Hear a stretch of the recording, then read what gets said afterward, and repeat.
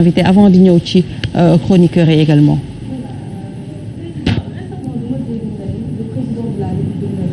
Jamais sa cible nga jagleel ko ñi nga xamante ne ñoom ñoo di kujje gi loo bëgg a wax foofu noonu que ne njiitu réew mi du raté cible am jamais bay dànkaaf ñi nga xamante ne ñoom ñooy opposition bi. oui wax jooju indi na sax ay wax yu bare ñu bare ne dañ ko tagg parce que dafa aay. ñu bare ne da nga ko encouragé ci li muy def non du loolu xam nga stratégie ci militaire xam nga ñun dañu def tuuti armée parce que ñun nekkoon nañu soldat booy def guerre da ngay dem da ngay am stratégie mooy cible bii laa bëgg a jot mooy sama objectif ban yoon laay jaar pour jot ko léegi nag après nga développer ay tactique pour arriver foofu booy def politique am adversaire politique li ñu lay jox leçon bi lay njëkk a jox mooy bul xeeb sa adversaire politique mais pour nga bañ a xeeb sa adversaire politique il faut nga xam ko xam pour nga xam adversaire politique bi da ngay xam parcours am nga xam fi mu jaar xam lu mu réussir ci ban environnement la nekkoon ba yegg si fii mu yegg si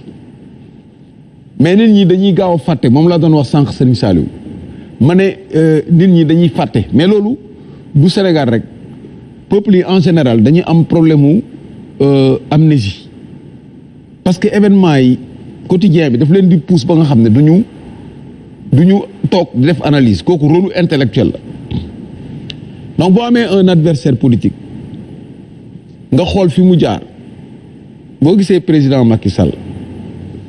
mu commencé politique nekk xale bu ndaw nekk dans le milieu de gauche autour de AJ détachement révolutionnaire des étudiants sénégalais mouvement étudiant di ñefe ba dugg shifté PDS commencé affirmer wu en marge PDS jël pouvoir bi premier gouvernement alternance bu Ablaye Wade Macky Sall bokk ci il était écarté muy ñëw di yéeg ba dugg di jël ay ministères di positionné wu jël CIS di dem ba mu am crise Wade Idrissa Seck mu nekk ministère de l'intérieur mu jóge fa nekk premier ministre jiite élection Ablaye Wade jóge fa nekk président assemblée mu am crise muy doxante crise bi di doxante crise bi ba 2008 mu def rupture ñëpp di xaar ne day def va-et-vient réunion midi et tout ça mu maintenir ñëw ci opposition bi fekk fa ay kàngam Niass Tanor Idi mu ñëw affaire bi xat ci moom mu ne leen fa ñukk dem ci terrain bi ñëw jàll deuxième tour man am na sama benn xarit bi ma koy wax ne Macky Sall day dem deuxième tour dama doon reetaan Ndiogo ak Seck dañu doon discuter ñuy def analyse te de moom rek laa ko wax ma ne ko Macky il est moyen partout il est moyen ci charisme bi il est moyen ci notoriété bi il est moyen ci crédibilité ñetti critères yooyu moom mooy le trépied donc da ngay am stabilité boo amee ñetti tànk yu yem da ngay am stabilité donc sa marge de progression dafay yàgg dafay baax boobu Wade am na ngandi charisme am ngandi notoriété mais am problème mu crédibilité surtout ak waxeet bi donc maa ngi apprécier woon crédibilité Wade à 10% bu Macky Sall à 50% ma ne leen bu ñu demee Macky Sall mooy am marge de progression boo xam ne Macky mënu ko am deuxième tour lay dem te da koy gagner sauf que entre les deux tours que Wade décrédibiliser Macky Sall kooku ñëw jël réew mi rassembler autour de lui la coalition politique la plus stable muy Benno Bokk Yaakaar récupérer kàngam yi nekkoon foofu ak seeni parti casser parti yi les leaders mu jàpp leen benn par benn di dibi nga koy gis procédure judiciaire yi di yéeg tak ba presque il a fait le vide autour de lui yow nga dugg politique dans ce contexte boo alerté wul ci kooku ça veut dire que yow tu n'es pas décidé à aller jusqu'au bout loolu laa def. donc sa jàngat bi analyse bi bu ñu ko déggee ça veut dire que ne ci fi mu jëm moo di troisième mandat. Exactement c'est-à-dire que tu fais le vide autour de toi tu développes ces inaugurations wax ne maa fi mën maa fi des laissez-moi continuer tu surfes sur les bonnes nouvelles les coupes d'Afrique la stabilité tu surfes sur l'Union africaine tu surfes sur la stabilité dans la sous-région tu dis que maa fi ne kan ngeen di jox pouvoir bi. Mais à vous entendre parler ni nga décrire le président de la République Macky Sall en fin stratège ça veut dire que tey yaa ngi alerté mais même bu fekkoon ne que troisième candidature la bëgg waxaguma sax mandat mais bu fekkee troisième candidature la bëgg dem mais il y va sans surprise dina bett peut-être opposition bi mais duñ ci mën dara parce que président de la République su ni nga ko décrire il est peut-être supérieur par rapport justement à ses stratégies. Non. li mu bëgg a def ak rek ndax dina réussir wala du réussir ça ci peuple bi la dépendre. moo tax ma ne troisième candidature. parce que mandat c'est ça loolu non même candidature bi ci peuple bi la dépendre. et moi je suis convaincu que peuple bi du nangu loolu ça c'est clair. mais conditions yi mu posé yëpp bu ko tegee war nañ ko craindre ça veut dire que quand même soo nee il est fort. qu'il n'a pas raté sa cible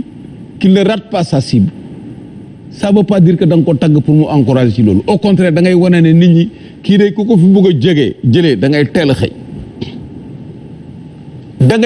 xëy loolu mooy analyse politique loolu moo manqué loolu moo tumranké Sénégal balaa ñoo wax politique rek élection fichier parrainage patati patata ku nekk di dérouler mais yow nag ban cohérence nga gis que Sénégal am parrainage ñu koy appliquer pour les indépendants nga yeewu à la veille de l'élection en avril 2018 nga instaurer parrainage voter sans débat encercler dëkk bi arrêter opposants yi voter ko par force dañu voter résolution sans débat pour le parrainage mu dem parrainage nga teg ce système de contrôle éliminer 27 candidats ba pare jàll premier tour ce premier ministre annoncé ne 5 candidats ñooy jàll 5 candidats jàll muy dem donc pour man loolu yëpp laa analyse ma ne kii de li ma ci xam mooy ku ko xeeb mu rey la et il ne rate pas sa cible c'est pas une apologie de la ruse politique mais c'est une analyse rétrospective bu comportement bi mu am jusqu'à présent léegi nag terrain politique moom c'est un terrain de stratégie ku mënul am stratégie xam fi nga jëm doo dem am na ñoo xam dañuy politique te amuñu stratégie conquête du pouvoir événement yi rek la ñuy jël chaque événement ñu prononcé wu avancé mais fan la ñuy jaar ba jël pouvoir bi lan la ñu war a wekki loolu la Macky Sall xam lan la war a wekki pour consolider wu moom mu ngi wekki di dem yow mi nekk opposition boo xamul li nga war a wekki pour dem mais li ñu war a njëkk a wekki pour un changement au Sénégal moom mooy affaire au troisième mandat c'est le débat principal boo demee ba yow en son temps sain yow nga dem admis premier tour nga jàll tu élimines d'un seul coup 5 prétendants je dis entre guillemets 5 supprimer poste de premier ministre sans demander la permission de personne quelques mois après nga indiwaat le même poste de premier ministre sans demander la permission de personne te nekk yëpp ci constitution la moo tax droit baaxul lépp droit la amul dara lu mu def loo xam ne ça viole le droit ba pare ne dinaa ko nommer toog nommer woo ko mu am débat juridique est-ce que war na nommer est-ce que warul nommer ma ne man ni may politiquer mooy dama am stratégie de conquête du pouvoir dans ma stratégie de conquête du pouvoir dafa am yu ñu war a wekki te benn bi ñu war a wekki mooy ñu régler problème mu débat troisième mandat en décembre 2022. Est-ce que l'opposition s'y met actuellement? xam nga soo nee opposition yow sax opposition parce que dafa am yoo d'accord yoo d'accordul ce point de vue ku nekk ak sa stratégie c'était ça le sens de mon propos wone ne on a affaire à quelqu'un qui a une stratégie et boo ko seetloo tey jii ça fait 4 articles ou interventions en l'espace d'1 mois yoo xam ne damay expliquer les pièces ci puzzle lu troisième mandat te bu 5e bi ñëwee nga gis nag plan bi yëpp mu leer. lan mooy 5e bi.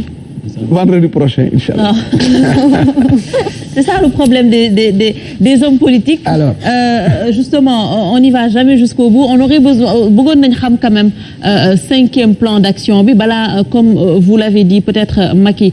président Macky Sall day bett ñu bëri par rapport ak ay stratégie. waaw man de du ma bett. D'accord alors. c'est-à-dire déedéet. Omar voilà question la bëggoon. oui vas-y.